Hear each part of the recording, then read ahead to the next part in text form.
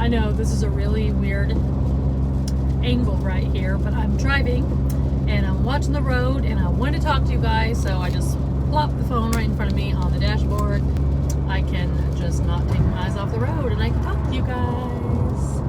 I was thinking, because I'm riding in the car by myself, driving to Orlando, and I was feeling a little panicky this morning, okay? So basically... In 2 miles, take exit 22 for Florida's Turnpike south toward Miami. Panic and anxiety. Because a lot of us have it, and I've had it for years. Let's go back to the beginning of my story. Trevon was 4, and we lived in Nashville, and I was fine, and then we used to go to this cool lake. It was beautiful. We had to drive like an hour to get there. We used to go to this gorgeous lake and swim in it, and I will never forget this lake. You walk down the hill to the lake, and at the top of the hill there was these outdoor showers, and I had this basil soap from this health food store I worked at, and after a wonderful day at the lake with Trevon, and we would go to rinse off and use that basil soap. So it's like one of those things, you remember, like it sticks in your head, like fresh woods and basil and the beautiful view of the lake. It's just one of those peaceful things in my mind that I will never ever forget.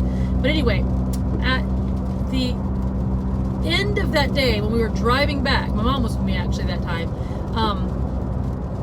because it was about an hour drive from our house, I started to feel like my heart started to race and I felt like I couldn't breathe, and I started to freak out thinking I was going to have a heart attack.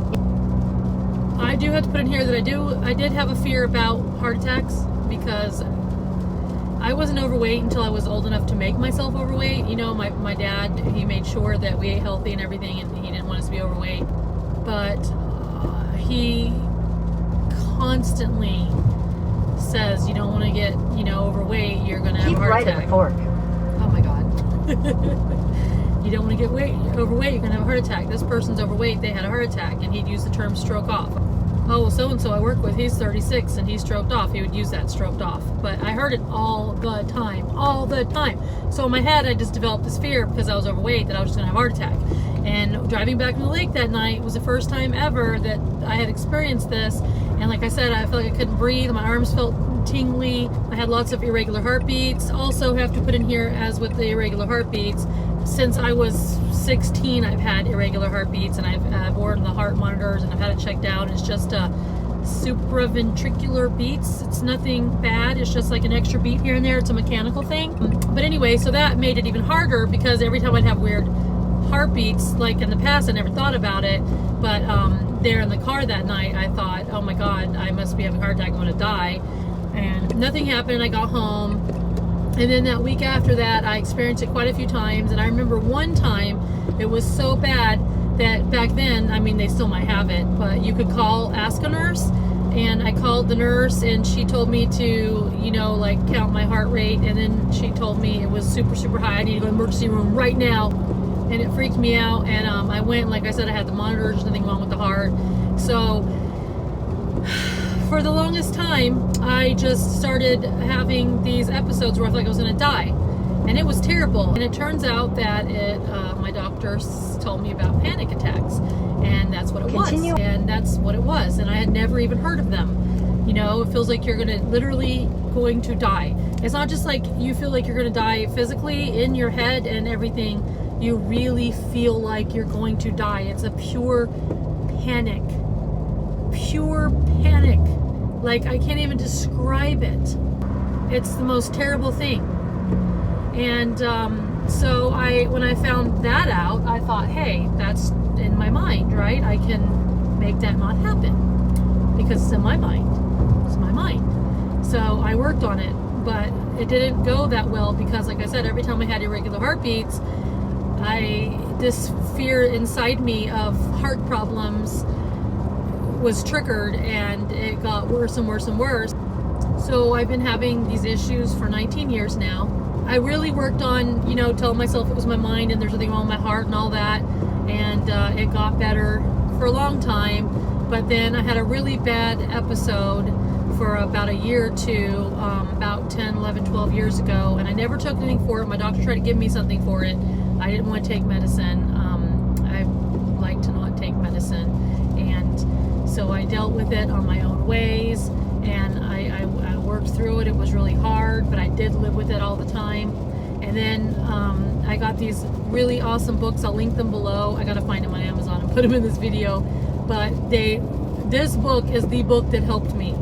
And I've read it over and over, and there's parts in there where I mark and then I go and read that. And I even have it on my Kindle, and I took a screenshot.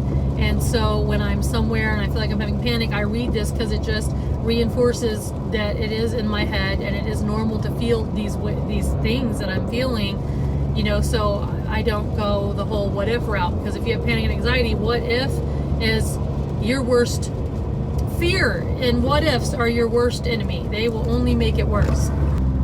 After reading these books and trying with all my might, I seem to be fairly normal again. I did have panic on rides and things. I had this fear of being stuck in some place and I couldn't get off, like on a ride at Disney and stuff like that.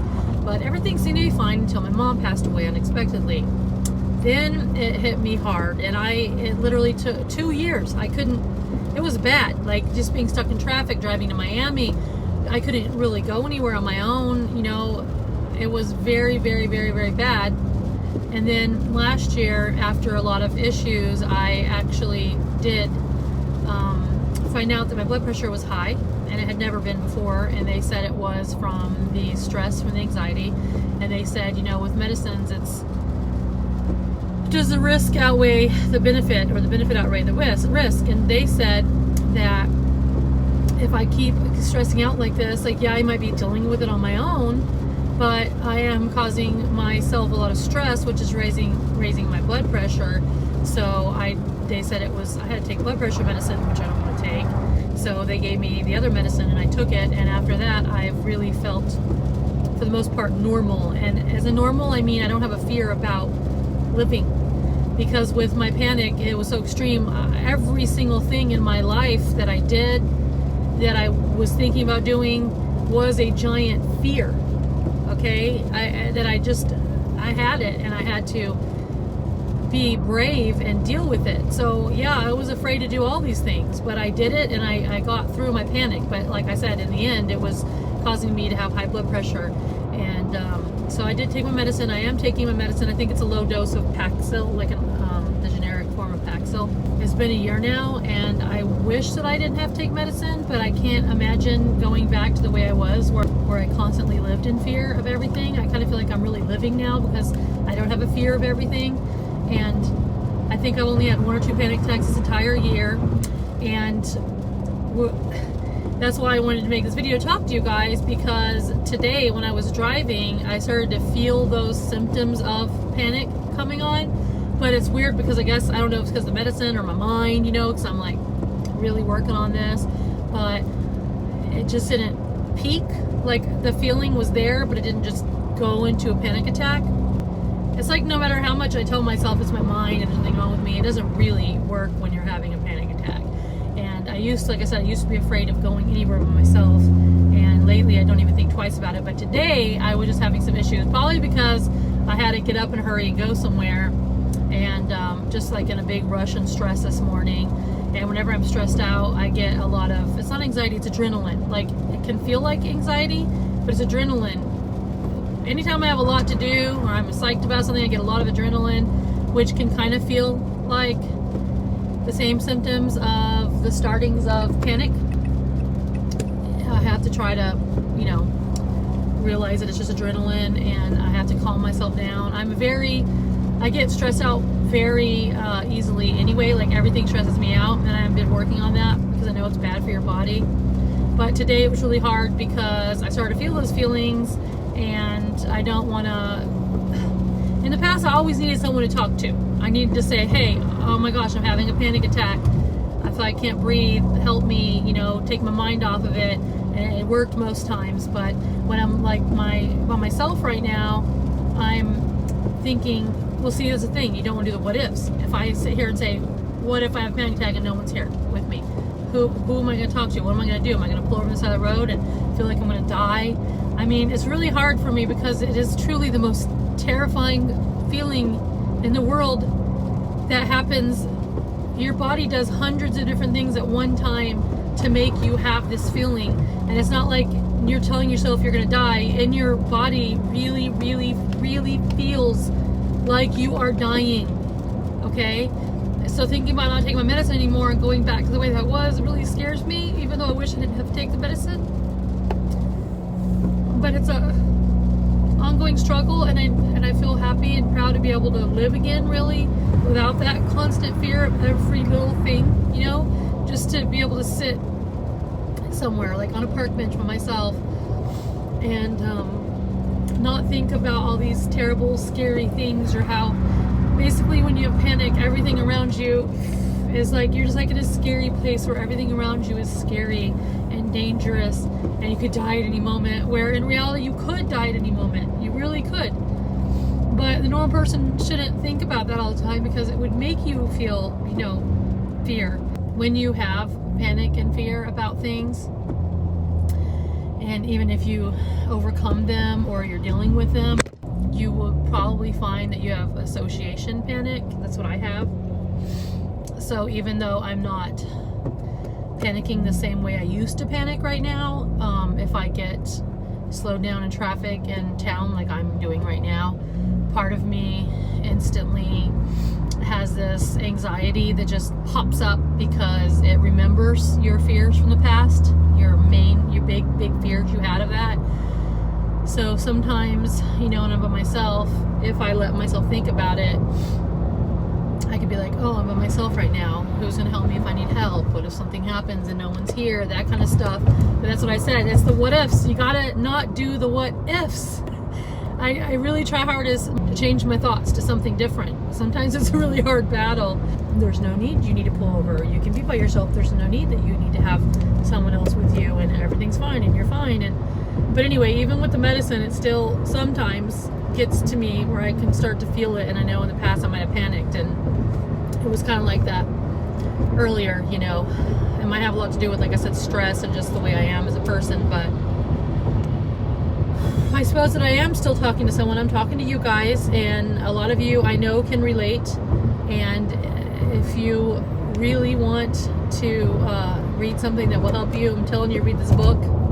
Whenever I read this book, it makes me cry, because when you go through something so terrible and you live with it, and people who don't know anything about it don't know anything about it, and they don't understand how absolutely terrifying, like what a nightmare that it is, and you read about other people experiencing it, and you see that it's totally normal body reaction and a problem that you have, it makes me cry every time, because it's hard. So if you guys have panic and anxiety and you're trying not to take medicine, you might just want to, you know, check in with your doctor to make sure it's not affecting your blood pressure, because that could be even worse for you, because having panic and anxiety isn't going to kill you, but having high blood pressure might, if it's not taken care of, you know. It's just a constant struggle with my mind and this anxiety. So I'm glad I'm taking the medicine, but I would like to get off thinking about it. I don't know. I want to know from you guys, if you've taken medicine for your mood, have you gone off of it? You know, did it take a while to go back to normal? Did you go back to normal? Did you, what happened if you went off the medicine? Also, what do you guys do when you're having panic and anxiety? So I'm glad I got to talk to you guys. It helped me. I hope that it helped you. I appreciate all you guys.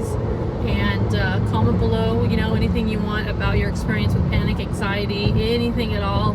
I really feel like this can help us. It'll help me. It'll help other people reading this.